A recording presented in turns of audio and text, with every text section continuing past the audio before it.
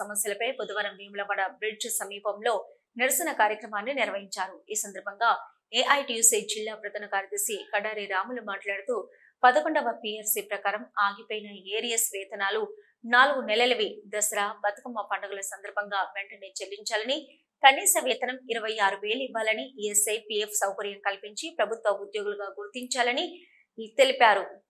ESI, PF సౌకర్యం కల్పించి ప్రభుత్వ ఉద్యోగులుగా గుర్తించాలని అన్నారు.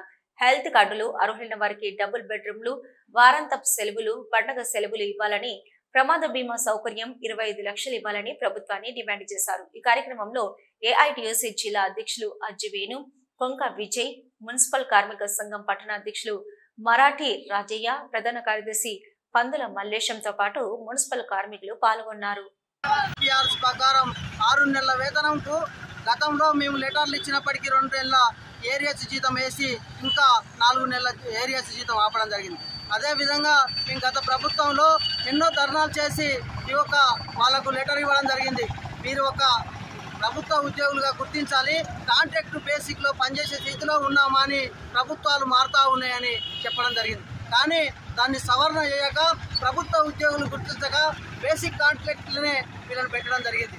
కానీ మేము ఒకటే కోరుతా ఉన్నాం, ఈ కాంగ్రెస్ ప్రభుత్వాన్ని ఇప్పుడు వాళ్ళు ఆగిపోయినటువంటి ఏరియస్ జీతం 4 నెలల జీతం వెంటనే వాళ్ళకి చెల్లించాలి.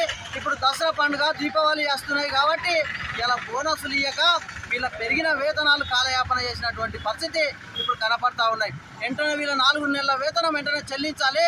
అదేవిధంగా వీళ్ళని ప్రభుత్వ ఉద్యోగులుగా గుర్తించాలి. ఇలా విధులలో ప్రమాదం జరిగినట్టుంటే ప్రమాద బీమా సౌకర్యం 25 లక్షలు కూడా వీళ్ళకి ఇన్సూరెన్స్ చేయాలని కూడా ఈ ప్రభుత్వాన్ని కోరుతా ఉన్నాం.